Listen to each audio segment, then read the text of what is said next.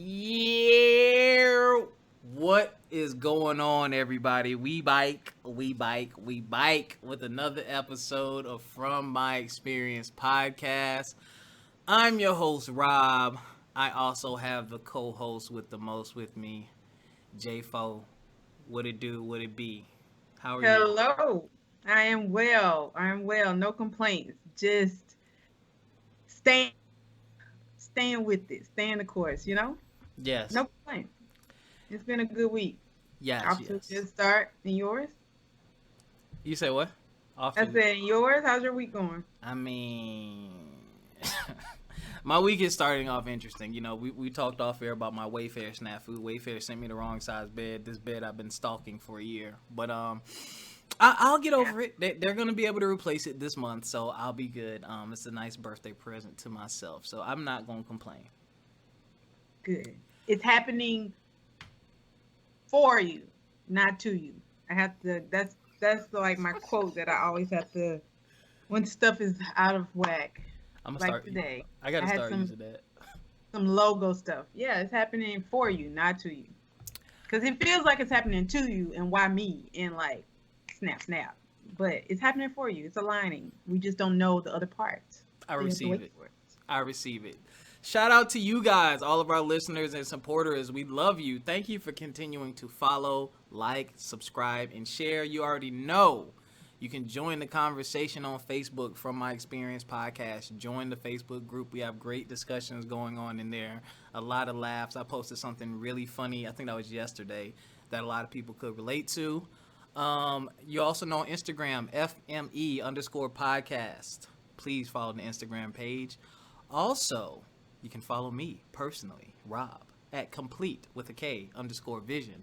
Jessica, where can they find you? You can find me on Instagram at expose her, EXPOZHER. It's a play on the word exposure.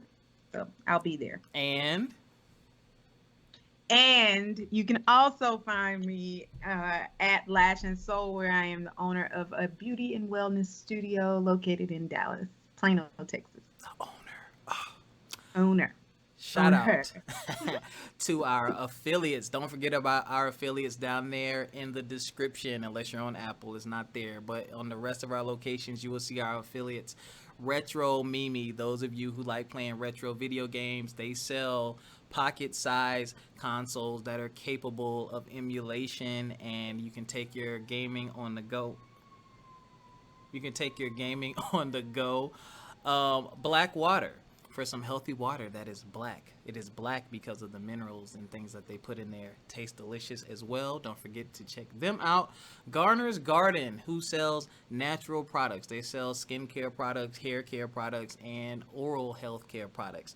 Check them out. And last, but certainly not least, Acre Gold. If you've ever wanted to own gold, but you just don't want to come out of pocket all at once, they have a subscription plan. Actually, they have 3 subscription plans now where you can pay monthly towards a bar of gold.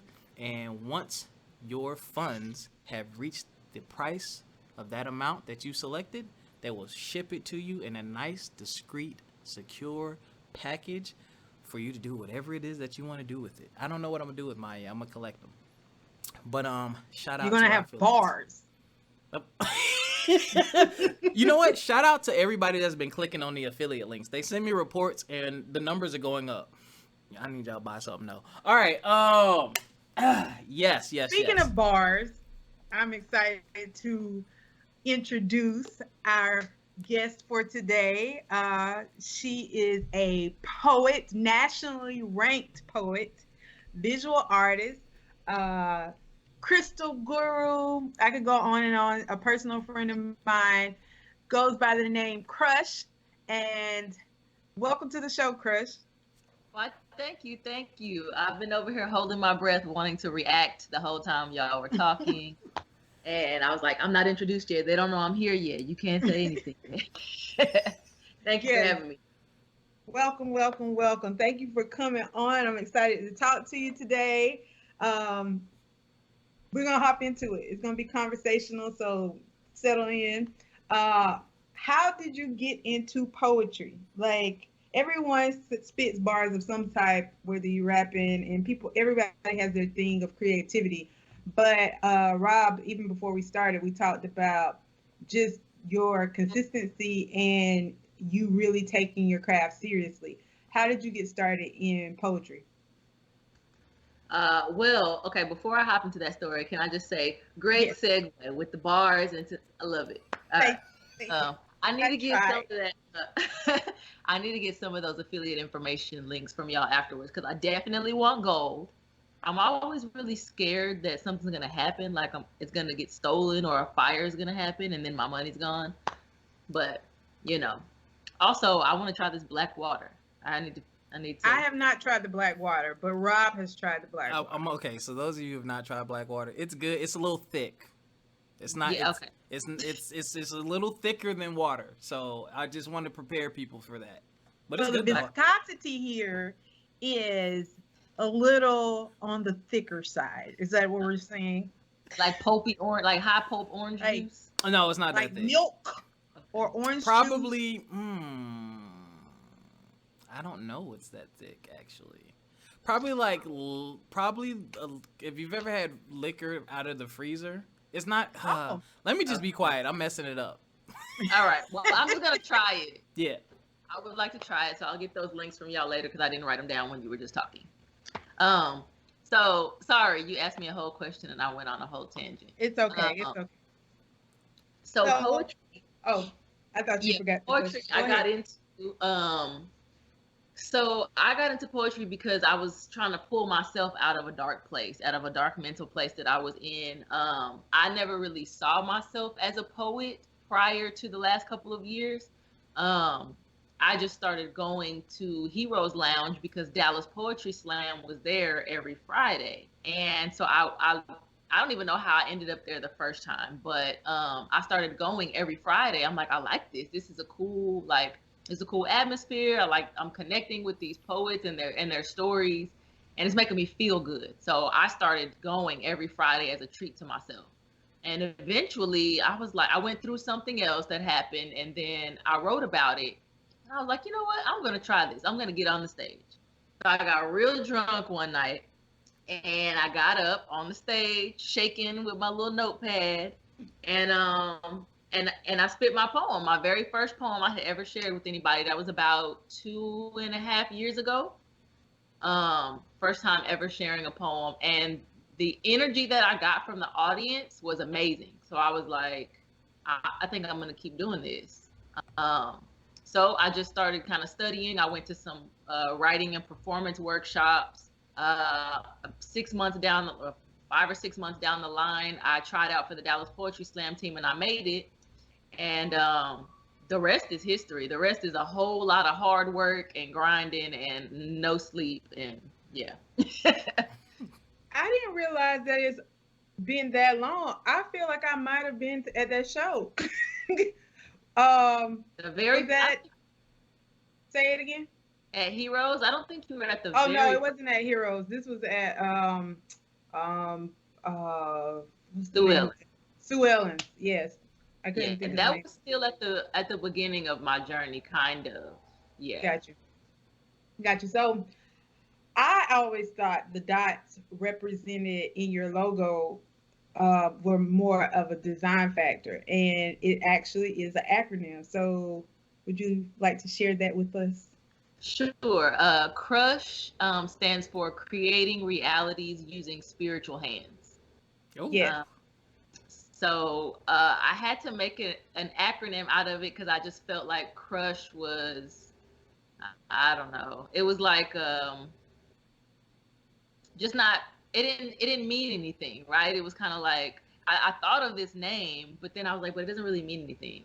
So I thought about it and what made sense to me, myself and my brand, and that's what I ended up with. Yes, and that you are, speaking of brands, you are all about crystals and spiritual and light and energy, and I think all of that comes out and radiates in your poetry. Was that something a part of you, like as far as you remember, or is that something that came out in adulthood? Like, at what point did you start tapping into like the spiritual essence of who you are and like manifesting that in the universe? Yeah, that type of spiritual journey, the manifestation and crystal healing and whatnot, that started, I would say maybe about 3 to 3.5 years ago.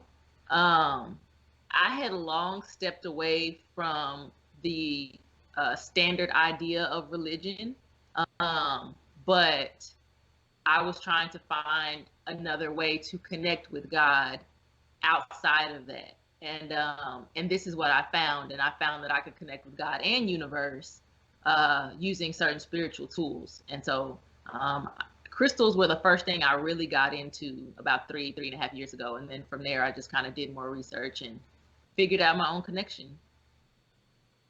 Rob, Very I see interesting. the look. That's my line. I know, but That's what that now feels that I'm like. sitting in your chair, I see your look that says you have something to say. I just thought of a friend who kind of similarly does the thing with the crystals, and she used to tell me about it, and I actually still have some rocks actually because of what she told me that they bring. I feel like my life is better because of those rocks. But I did have a question for you, which I found very interesting in your questionnaire, and it's something we have in common. Basically, you say you can gather inspiration from anything, whether it be pleasure, pain, and just everyday life. When did you realize you had an eye for being able to do that or an ability to do that? Because a lot of people, I'm a very glass half full type. I'm always looking for the bright side. I don't care what it is. There's always a bright side. When did you realize that you were able to do that? I think most of my life, because I used to really focus on visual art more so. And so I would pull inspiration from everyday things, but not until I really got into poetry did it start to be very heavy as far as pulling inspiration. Because I had to, once I made the team, the slam team, I had to start producing poetry um, kind of like, on a schedule because we have deadlines, we have performances and competitions. And, so it kind of became, okay, what can I write about right now if nothing is happening specifically to me?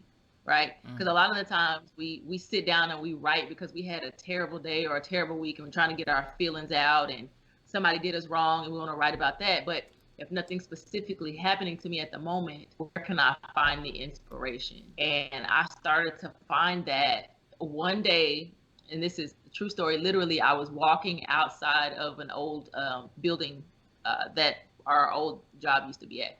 And I was walking under a tree and a hummingbird just started floating over my head. And I had never seen a hummingbird in real life, never. Me And neither. so yeah, the way that it was hovering over my head and darting around, it immediately made me like create a metaphor in my head and write a poem. And that's when I was like, you know what? I can draw inspiration from anything. Like a random bird was over my head and I made a whole poem about it. So that's kind of when I started to notice like, okay, poetry really pulled out a lot of that for me. Wow. Um, so flip side of what you just said, and I've had to I'm find. sorry. I literally thought that same thought. Flip side. Oh, you got to We're flip. in You want to do the flip side? You could. Well, I mean, I can, but that's what I thought. Yep. I thought on the flip side of that, when you feel like you have no creativity, how do you challenge yourself to like what is your process to draw from on the opposite of that? So like that you like on our good days we know who we are, we know what we're about, we know that we have all these like this amazing depth of gifts and that we can draw from anything. But on like the days when it's like more darker, how do you what is your process for drawing out the essence of who you are, like to bring yourself back to awareness, I would say, and like move in your gifts when you don't feel that gifted on those days? So like you basically, if I don't feel inspiration, how do I Right. create? So it depends. Sometimes if it's something that I have to get done and I'm just not feeling it, I will look for like a what do they call, like a word association kind of thing, or a Mhm. writing prompt to kind of get my gears moving, or I will listen to someone else. I would listen to other poets and see if that'll trigger anything if I have to push something out. If I'm not feeling creative and I have a little bit of leeway, I'll just let it be. I will do something else, because trying to force out work never comes out as good as, you know what I mean, when you just kind of let it flow naturally. Mhm. Facts. So yeah, so sometimes I do have to force it out and I just have to make it work, and I just pull from a writing prompt or something, or watch a movie. Movies do it too sometimes. And music, but sometimes I just let it be. I just leave it alone for a while. At the beginning of the shutdown for COVID, I didn't write anything for almost 2 months because I didn't have anything. Like it was like Mm. um I'll just let my brain rest because it's a whole lot going on. So sometimes I can move to another art form. I can go paint or something just because I can't really get a poem out. Maybe I can go paint. So I'll do that to try to shake my creativity up a little bit. So Rob, was that your flip side? no, Did I so take this is them? a triangular No. burrito. So I'm gonna flip it to the third side. Uh, Um, I like that though. I like what you did there. I like that. That actually helps me. I have that problem. I have other talents that I don't tap into because I have to really be in a space and in the mood to do it, and I have never figured out what it will take for me to get there because I'm good at it and I can do it, and I've been told I've been good at it by very critical people who would tell me if I sucked at it, but I'm just like, eh. Um, so, and this is something that I go through in being able to pull inspiration from anywhere. How do you protect your energy? Because, like for me, with this podcast, it started out as a relationship podcast, and I like to jump back into that pool every now and again. And I'm single, and I'm dating, and I'm in these groups, and I dive. I'm really in there. I'm really in there to learn. But there's a lot of negativity. There's a lot of man bashing, woman bashing that people pass off as jokes. That's really trauma and hurt. And it gets annoying. But I'm like, there's something there. I can talk about this. Why do men do this? Why do women do that? So it's helping. It's feeding me. But at the same time, it's pissing me off. So I've had to, because I'm like, yo, every week, like, you got like 10 posts talking about something, whatever. Like the one, Sensitive topic. look, the one this week was like, when a man dies, there's a widow and 10 single ladies. So I'm like, oh dang, wow. yeah, stuff like on the regular. But so I go to that space because I draw inspiration and it gets the juices flowing. But at the same time, I have to know, all right, don't take that personal. They obviously not talking about you, but that is something I can turn into a powerful and a meaningful conversation for our platforms. So how do you deal with that when it comes to maybe, I guess, the darker side of things? Well, if it's anything that's online or social media, I literally just log off. If there's a specific person that I see that is constantly posting negativity, unfollow. Um, and I actually didn't used to be on social media very much at all for that specific reason, because there is so much negativity. The same reason I don't watch the news. It's just draining. And I still don't watch the news, but social media I had to begin for business purposes. So for online, I just make sure that my following is surrounded or consists of people that are shedding light and positivity. That's the piece that I can control. I can't control who follows me, but I can control what I see on my own feed. With the little, algorithms and blase split. So that's online. But in real life, I wear these crystals around. You see, I have this black tourmaline on right now. This is to block negative energy. Um, and I breathe a lot and I burn a lot of incense. um, I really do. I try to physically put myself in a place that I feel like nothing negative can get in. If I have to go, to my own little space in my home and turn on, the Janae Aiko trigger warning song and burn my incense, then that's what I do. Isolation is the key for me. I Yeah. like that. I agree. I going back that word being in quarantine and when I had COVID, I talked to Rob about it. Like and you too. Um, that isolation really identified something more. Like I've always said, I'm an introverted extrovert or extroverted introvert, however you prefer to say it. Mhm. But I did not realize, like in my core, I thought I had selected that persona for myself. Like that's what makes me personally feel more comfortable. But I didn't know until I did like an Enneagram and personality test that literally on extroversion, I was 50% right in the middle, and what I need to recharge and to feel joy and zest lies on both sides. Like I like being around people, but I cannot do too much of it because Yeah. it can pollute the processes and systems that I established for myself, for my own peace, my own sanity, my own joy. So like I like coming home to my space. Yeah, for sure. Question about your you said it was a hobby, painting, correct? Do Yes. those worlds, does your world of poetry and painting ever meet? Do you ever paint anything based off a poem or vice versa? Yes, both. And sometimes I will paint a piece and, for instance, include a poem on the back of it. Ooh. I'm supposed to be doing some collaborations coming up with some other artists in which I'll be writing poems for their paintings. I do kind of all of that, all in one. I used to a lot take paintings and even my own paintings and write poems to them. Um, Not as much the other way around as far as painting a poem that's already written. Mainly writing to art for me. Okay.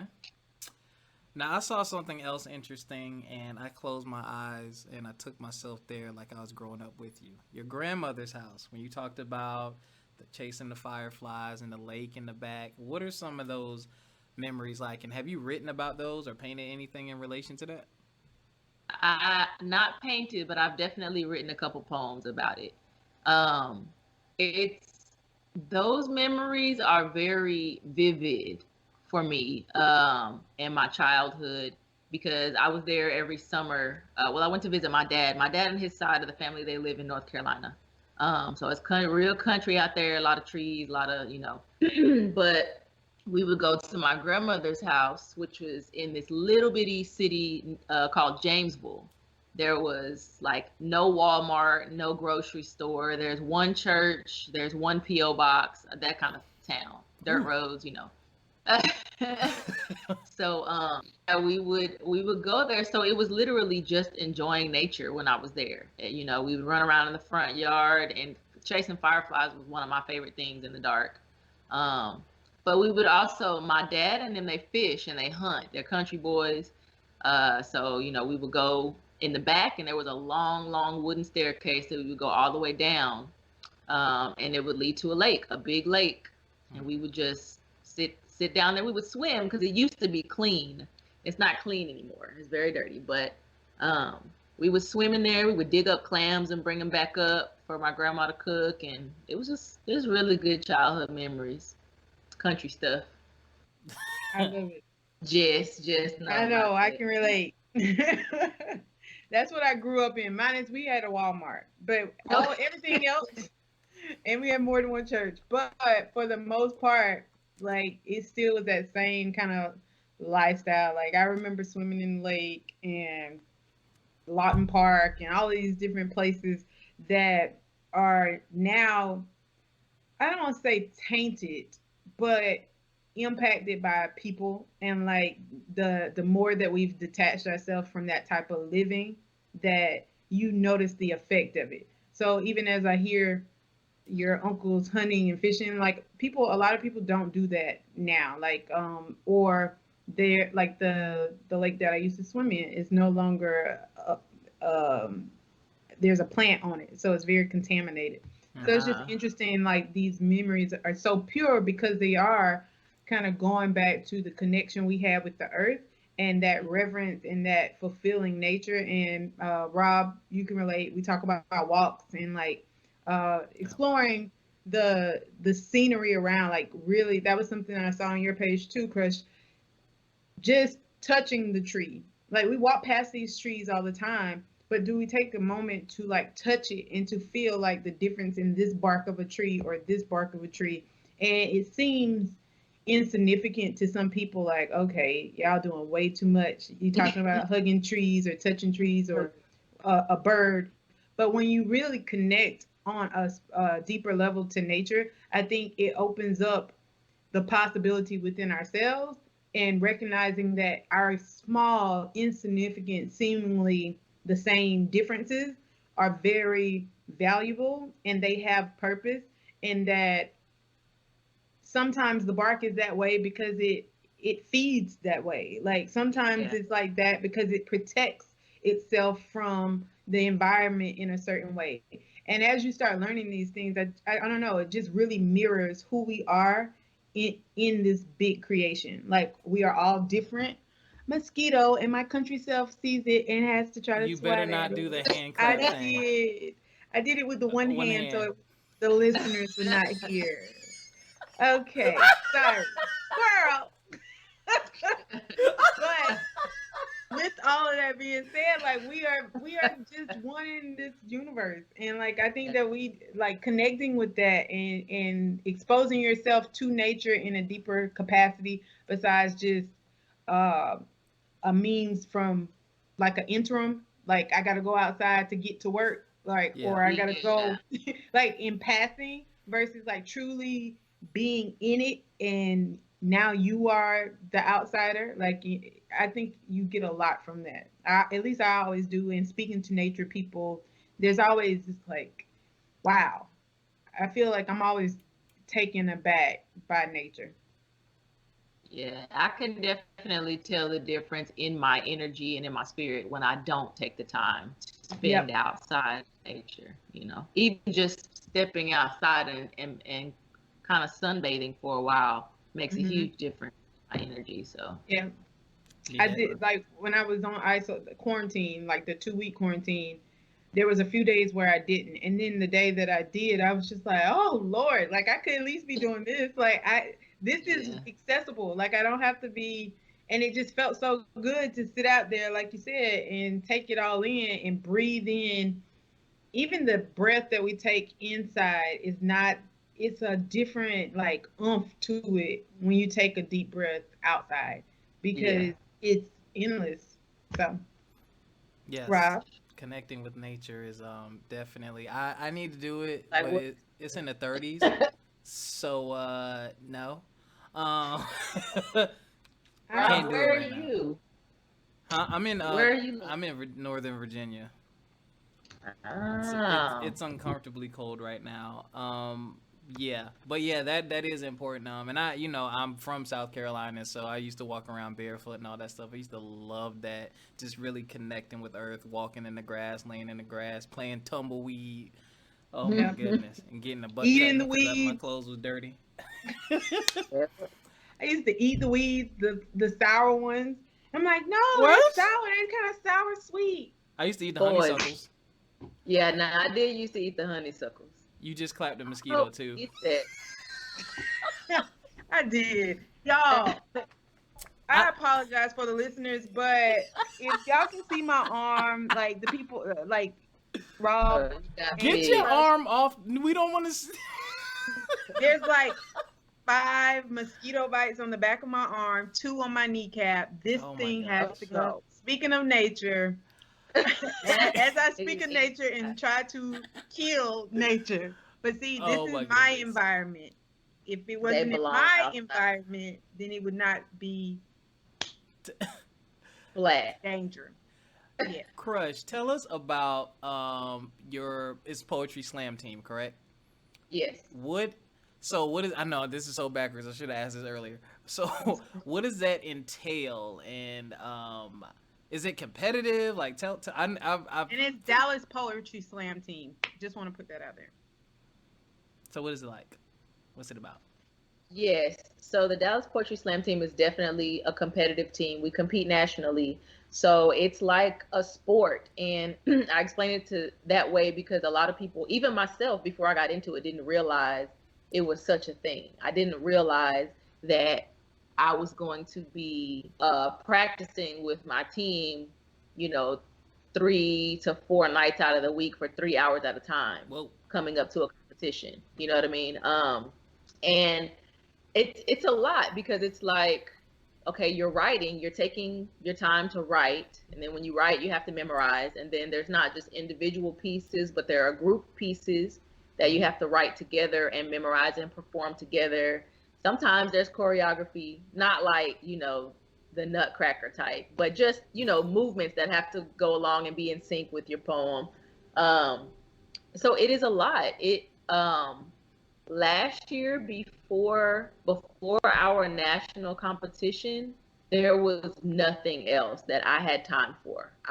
Nothing. Not one day did I have free to do anything else because all of my time and effort was going into poetry, and getting ready for this competition. And the competitions, there's small ones and then there's really large ones. So, for instance, twice a month, we have a poetry slam at Heroes Lounge, which is just basically any poets in the area can come. It's normally a 2 to 3 round uh, competition.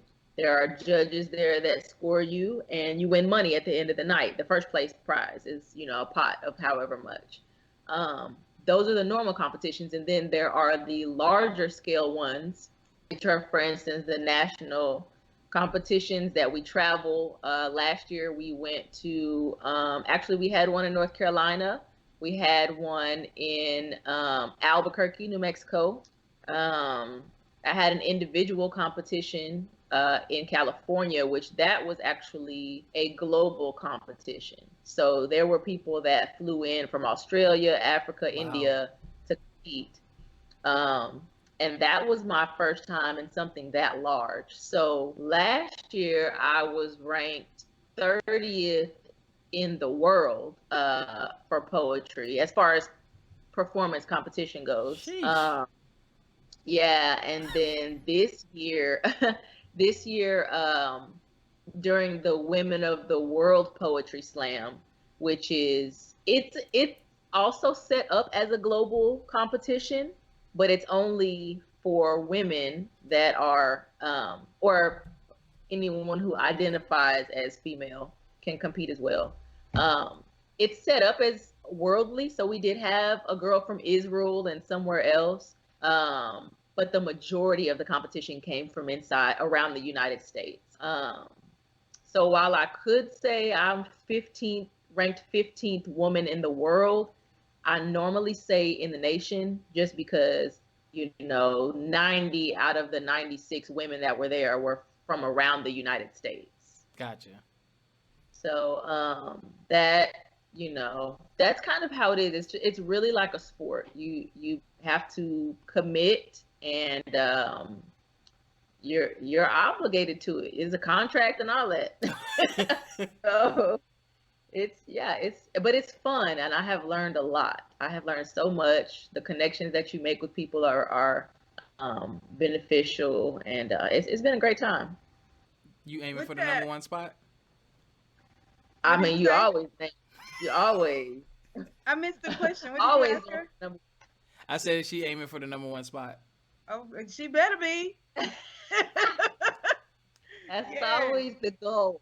That's always the goal. But I am not upset about 15th in the nation at all. Yeah. But definitely, we have another one next year, in April of 2021. So I'll be competing again then. Okay. Hmm. Crush, you're a poet. I didn't realize it was that deep. Yeah, a lot of Contracts. people don't. Yeah. Yeah, a lot of people don't. Unless you're really in the world, you kind of don't know. And even when I tell people like people that are kind of new to me, and I'll be like, "Oh yeah, I'm on my way to practice." And they're like, "Practice?" Well, yeah. How do you think how do you think I get these? And a lot of people, you just don't think about it. And a lot of people kind of just think like, "Oh, I just thought you kind of, you just kind of know your poems and you go on stage and do them." And it's like, "Well, no. There's a lot of effort that goes into it." So, 1000%. Any type of performance art, that just cracks me up how people think just on such a basic level at times. It's like, have you never seen? Because I've seen some stuff, and I'm just like, ooh, the passion, the desire. I felt the pain. I saw the anger. I saw the joy.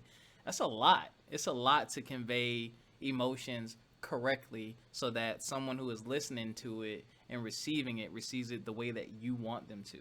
So I commend you Right. for that. right. Right.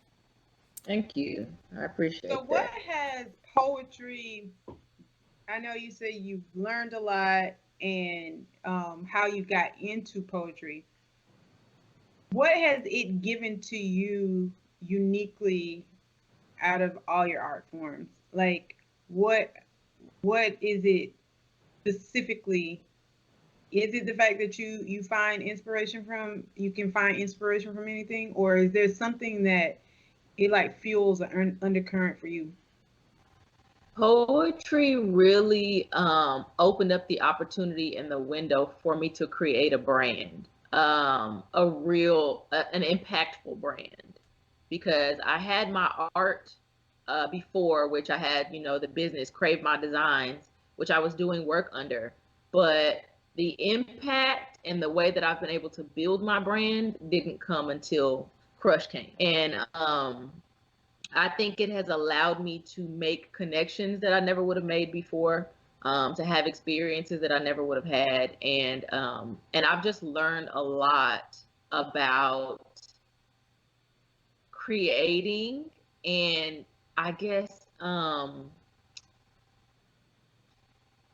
trying to think of how to really explain it. It's I've learned so much as far as connections go and how to kind of maneuver and impact people in a way that makes sense for them, because everybody's not different. I mean, everybody's not the same, right? So I've been able to learn to cater to different audiences, and it's really just been kind of an all around learning experience for me. That's the meat and potatoes right there. Yes, yes, yes. Catering to different audiences. Have you ever had an audience that made you nervous? Like when you say catering to different audiences, what level? Like is it just a cultural level or just like maybe a regional type thing? Like, hey, these people in the South might feel this versus these people in the North might feel this, or is it these white people might feel this versus these black people might feel this type deal? From my experience personally, it has been majority cultural. For instance, if I have,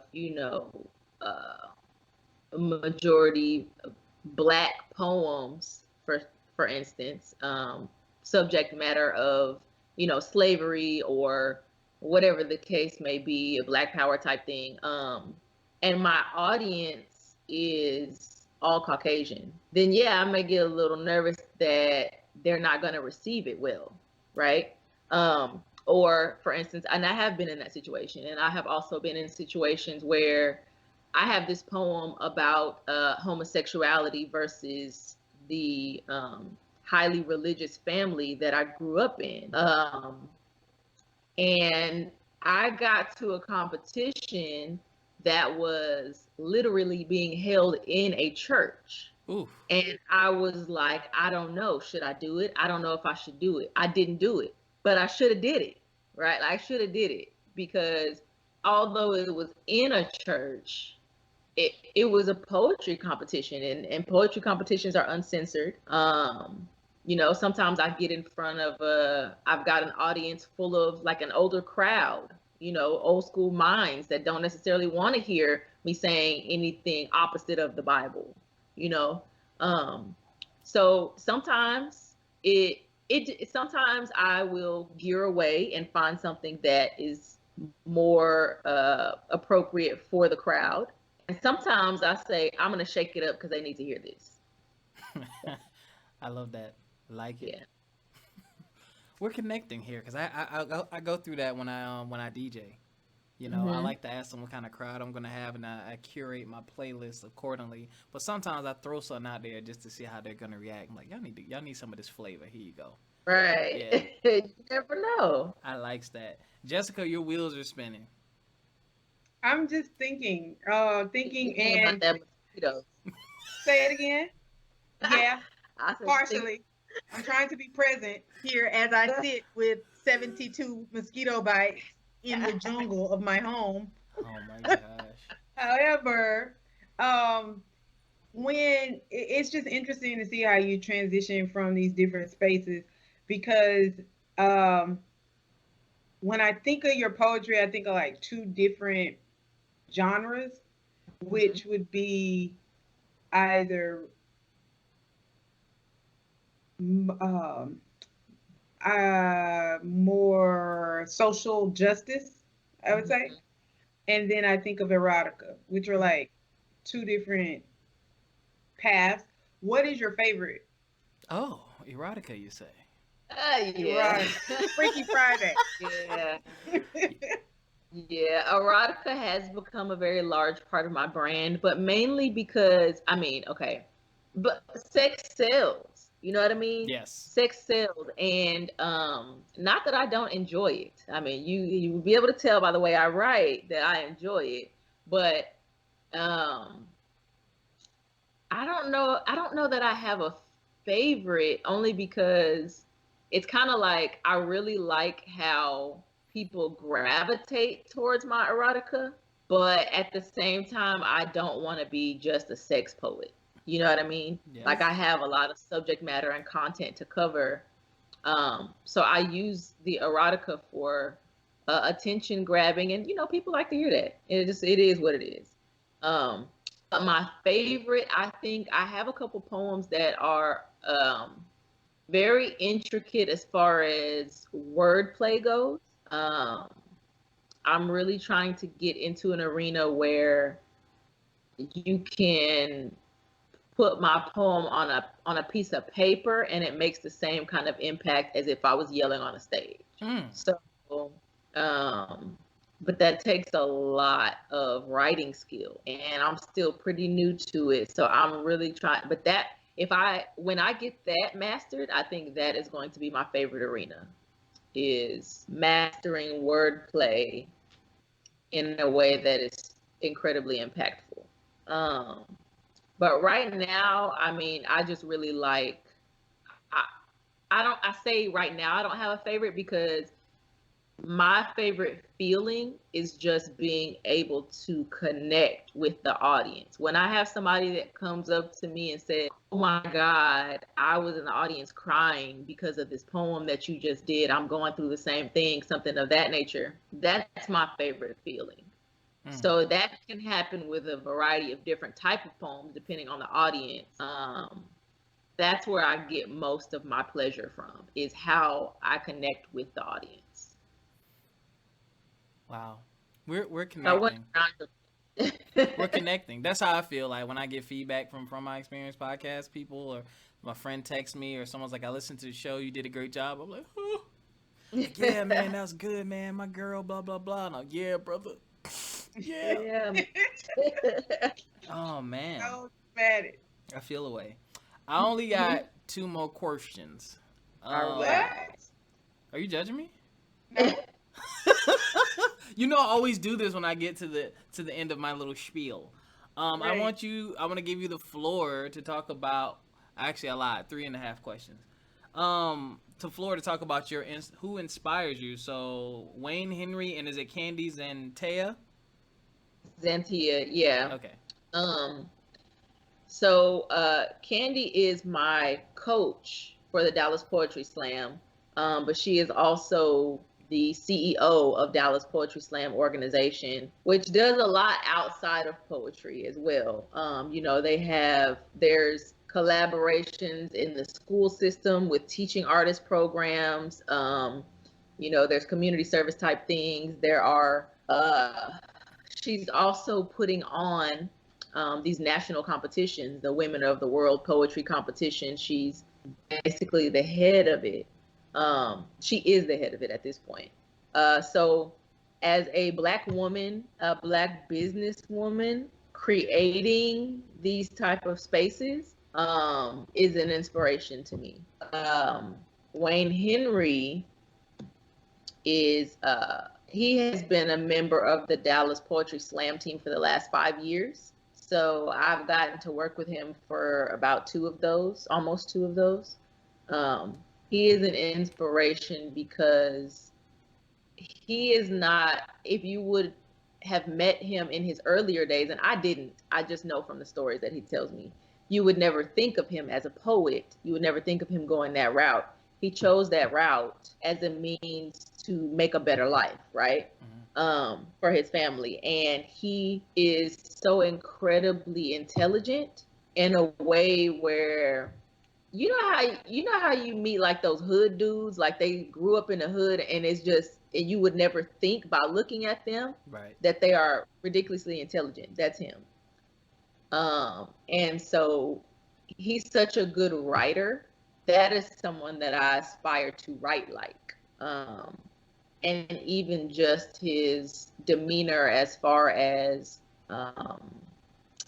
his openness and being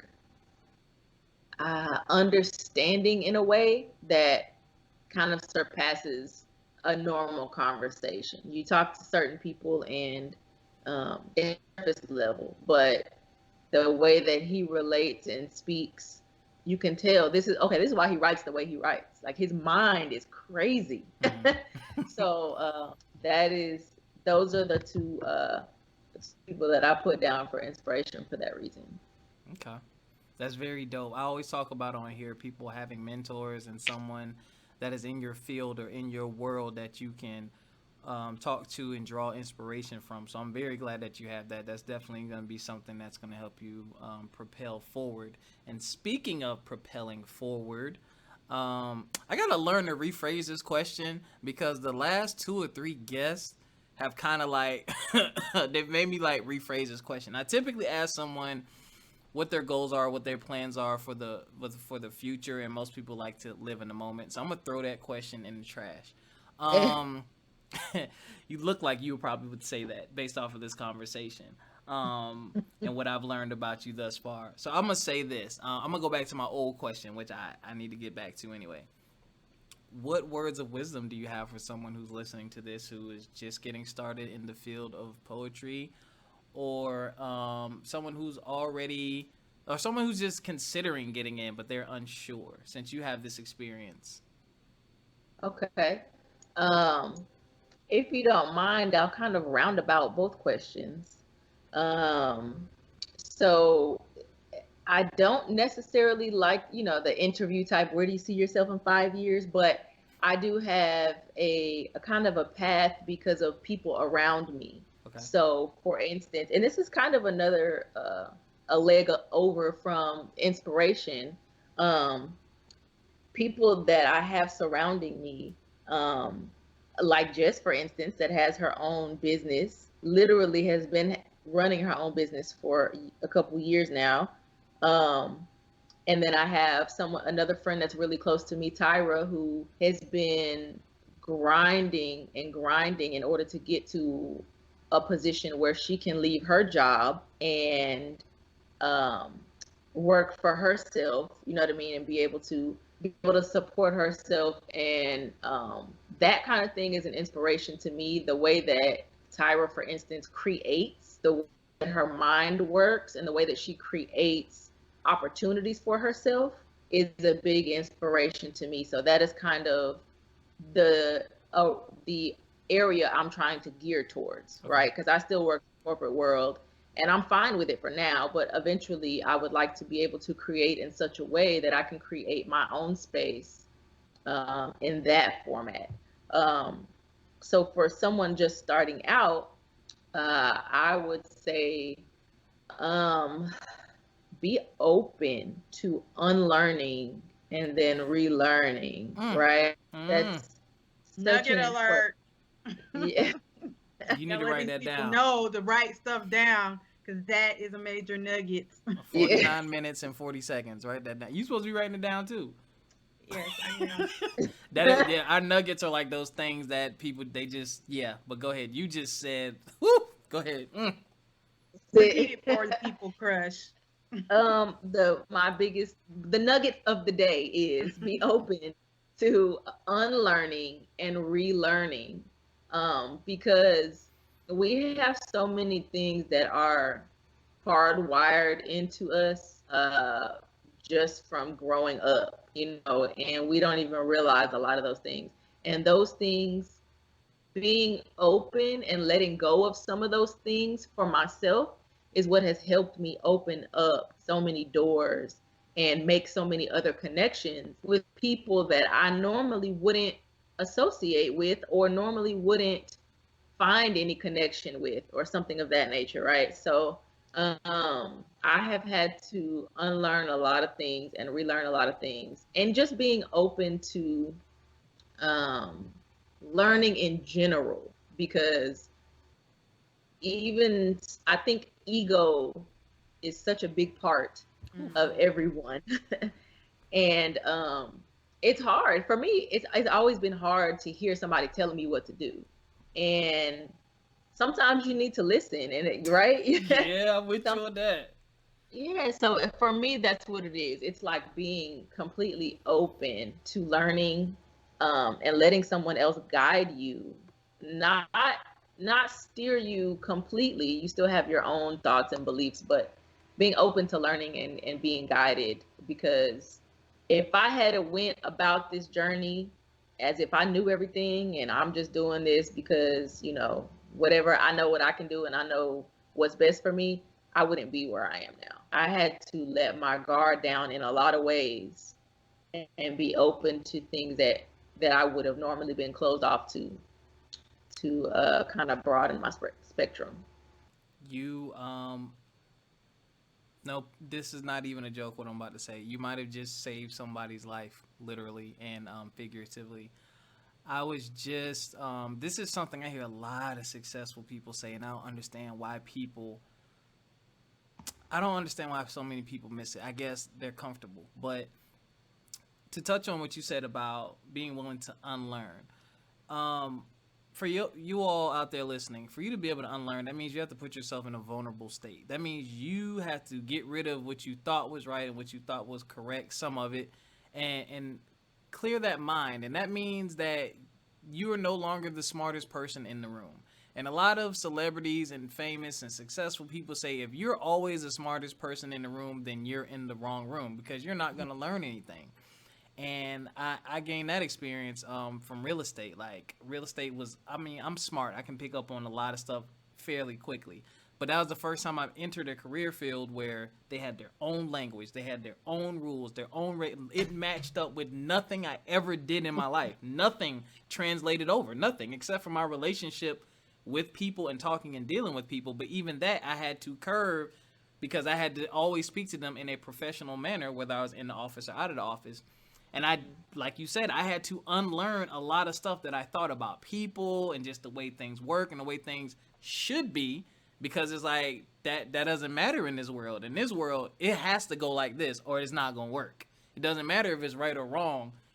Here's the rules. You got to do this. So I had to make myself uncomfortable. I had to ask a lot of questions. I hate asking questions. I like figuring stuff out on my own. But I had to ask like questions to the point where I'm uncomfortable. I'm like, I'm sorry if I'm being annoying, but like that's how many questions I was asking. So I Mm-hmm. really, really feel what you're saying, and I want y'all out there to know it is okay to not be the smartest person in the room. Absorb and take in all of that knowledge like a sponge. Try different things. Um, just stay out of that comfort zone for a while, and once you realize you're in the room, you're like, hey, I'm the smartest person in the room. Try to find another room where you're not the smartest person, so you can Yeah, elevate or to the next contribute to level. the room.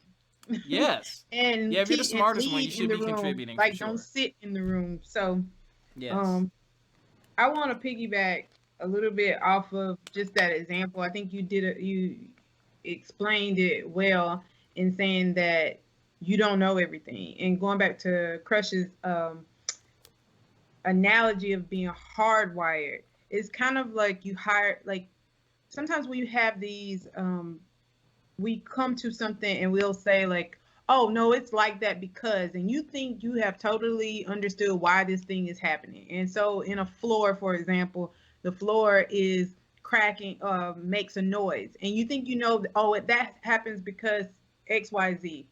And then something totally unrelated happens, and now you have to pull up the floor.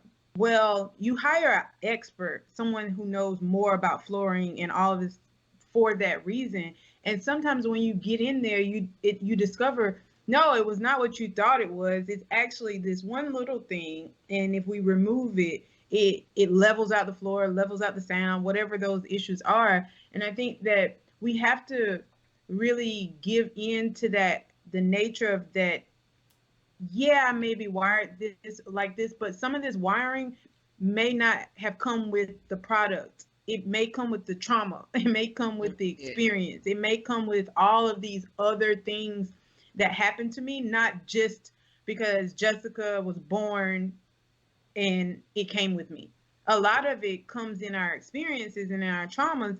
And as we try to march towards abundance and higher levels of thinking and doing these excelling in areas of life, you also have to detach yourself from the trauma and the hard wiring of those things. And our egos get in the way because we're like, we have now become the expert at ourselves.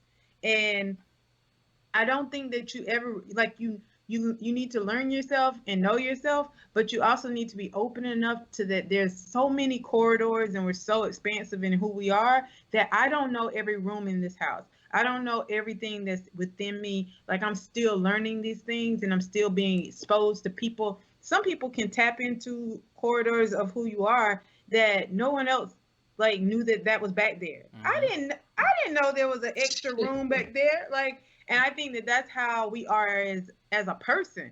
Like, I didn't even know I liked this thing, but I had a spirit of openness to try it, to like explore it, and then that becomes your favorite thing. Or Yeah.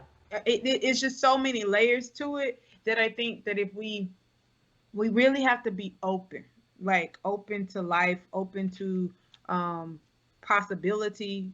And I think that there's abundance there when you allow yourself that, and not to like put a handle on it or put a hand on it. So that's my little tidbit. Mm-hmm. Did you Like, write your nugget down? Time 57 minutes. Okay. That's all I got. You got any other questions for Crush? No. Crush is, well, I have a challenge, I guess. You're not performing. However, for someone who thinks that, like a beginner wanting to get into your work, or if they had one poem to check out by you because they're on their way to work, what is something that you would share with them that they can find on your YouTube or your Instagram page, something that they can refer back to, a post? What poem would it be, or the name of that poem?